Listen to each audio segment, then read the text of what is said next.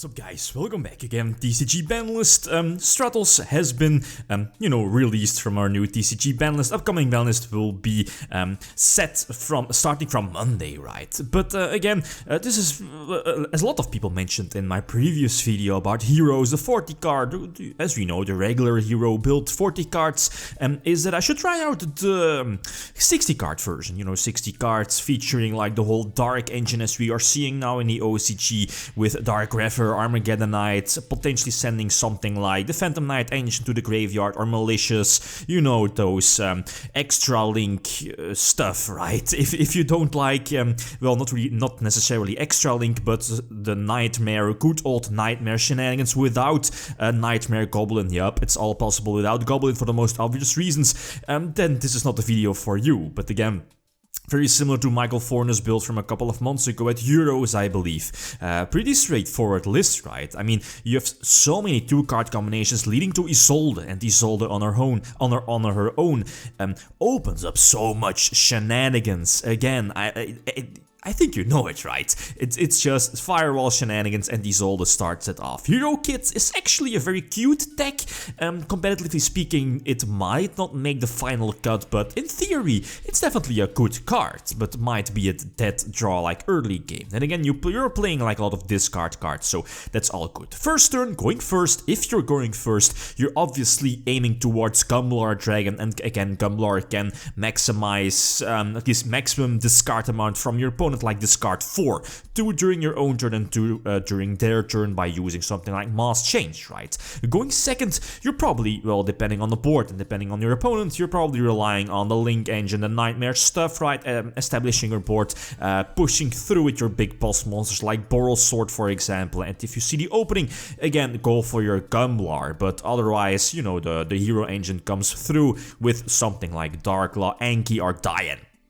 So again, yeah, pretty straightforward. The Nightmare engine, the Sky Striker engine, heavily weakened, but still somewhat solid since it baits out hand traps. But a lot of hand traps I definitely want to add in more, since 9 is a lot. But this is a 60 card deck, so the chance of you opening with at least one, is fine. But again, I want more hand traps in the main deck. Okay, so let's see a couple of example duels.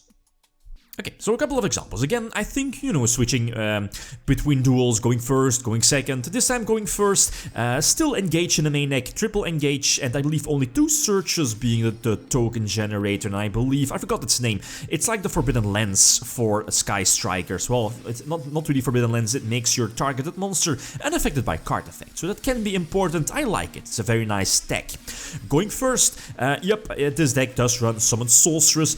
I'm sure that with more playtesting, you can, at least you might be able to do the same stuff without Summon Sorceress for us European players. For example, I know other parts of the world don't have access to Summon Sorceress, but the parts where they do still have, sadly, access to Summon Sorceress, this is just child's play, very easy to eventually, Sorceress searching out the needed target, let's say Malicious or Stratos maybe, just to set it up in your graveyard, or preferably, of course, your Phantom Knight cards, right? Since again, those search out your trap cards, potentially like the Phantom Knight Fogblade, the Fiendish Chain, or what is it called, the Brigandine, the trap card that special summons itself to the field, just basically an extra warrior. Or, during your opponent's turn, it can trigger Gumblar Dragon, again, potentially discarding up to 2 cards from your opponent's hand. So going first, your opponent has to pray they have at least 2 hand traps. They need 2 hand traps. This deck definitely has a lot of options when going first. You can definitely play around 1 hand trap, being Ash Blossom, maybe the Impermanence as well. But 2 hand traps, that might be a problem. So again, if you want to main deck something like Gamma, definitely go for it if you find the space. And as you know, with our most recent or upcoming TCG ban list, Call by the Grave has been put to 2 for a very good reason, right? Here, this is a damage step. Eventually, so Diane will destroy his Trickstar monster during the damage step, and Stratos again is special summoned during the damage step, and here in this case Stratos, man, such a great effect here, popping the 2 back rows, cleaning, at least indeed, destroying the scapegoat as well, again damage step, so he's not able to chain the scapegoat, and yep, otherwise, if I wasn't able, or I would not have been able to destroy the back row, his scapegoat would definitely have been flipped here during main phase 2, and yeah, during main phase 2 I definitely would have forced, or probably would have been dealing with like a Boral Sword or Borreload on his side of the field, right, if I can't pop the tokens, which I probably can with Unicorn and Cerberus, but you know what I mean. So anyway, go for Gumblar Dragon again, and using its effect during your opponent's turn as well, during the draw or standby phase, by special summoning a trap card, the Brigadine, you know, the Phantom Knight trap card, and then it's just, you're basically using 2 delinquent duos on your opponent. Konami says, well guys, this is all fine, this is all fair, we'll just ban 20 cards that you're, you know, able to play now, like Knightmare Goblin, but, you know, Firewall Dragon, nah, that card is fine, it's just mind-blowing.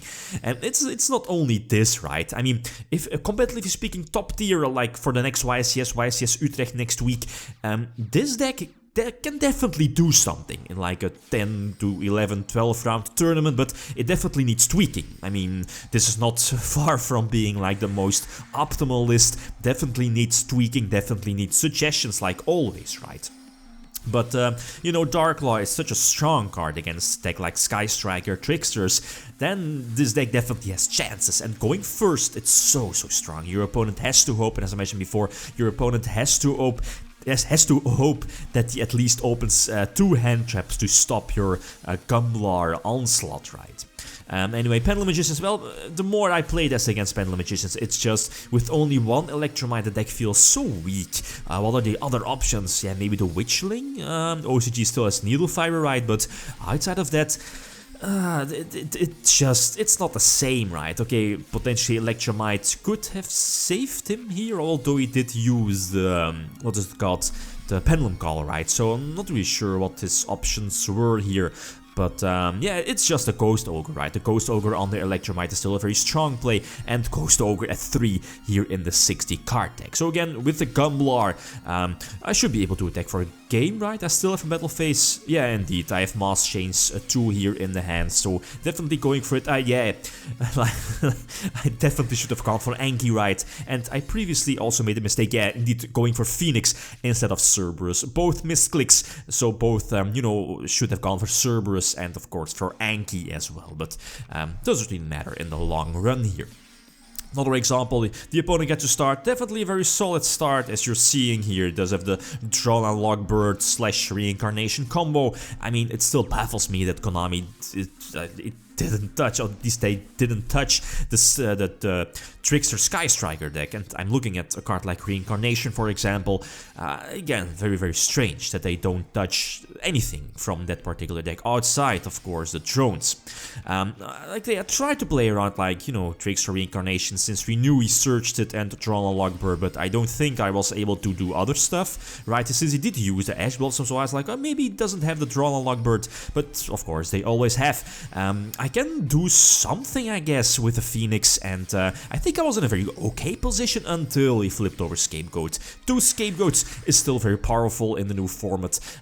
So yeah, okay, I can destroy both his monsters, but it's just a Scapegoat that, yeah, is going to pull through, right? So going for Firewall Dragon with at least 1 bounce, so bounce away the Mrs. Radiant. Not really sure if they still play Borreload Dragon, but still, I think I had to go for it, right? Bouncing back the Mrs. Radiance, not risking the Borreload, but again, okay, whatever, right? The Scapegoat eventually got him there. Last example again, going first, yeah, again, multiple 2-card combinations leading to Isolde, and again, your opponent has to pray. They have at least 2 hand traps to stop your onslaught. Hero Kits again, get them on the field, and that's something I like about this deck. 60 cards, that's a lot, but okay, you're running, I believe, 4 different equips, so if you don't open with one of your equips, your Isolde could potentially search out like any level 4. You could definitely search out Shadow Mist to potentially threaten your opponent with Dark Lord during their next turn, but again, if you have the option, you should definitely go for Gumblar, right? Your opponent already used like a hand trap here in this situation, so special summoning the Shadow Mist indeed, hoping, you know, the Mass Change will not be picked, but of course, it's not going to matter too much. Again, having the Mass Change 2 will trigger the Gumblar during my opponent's turn. It does have impermanence to negate the Gumblar, but it's all fine, it's all good. He will get 2 extra draws off of Desires, but again, Dark Law, such a strong card against one of the best decks, will be definitely one of the best decks in the upcoming TCG format, but I mean, Phoenix Blade is still legal, and even though without Goblin the deck can do so many things, right? Ibly is not the main deck, so you can definitely main deck Ibly and the Knightmare Mermail, right?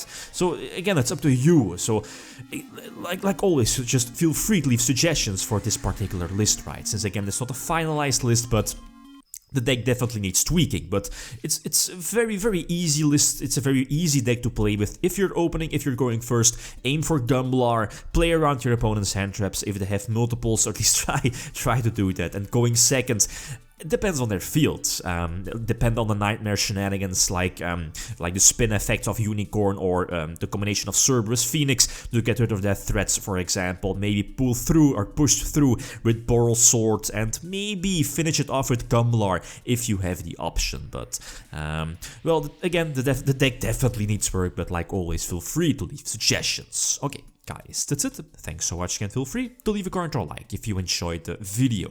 Lithium signing out. Peace.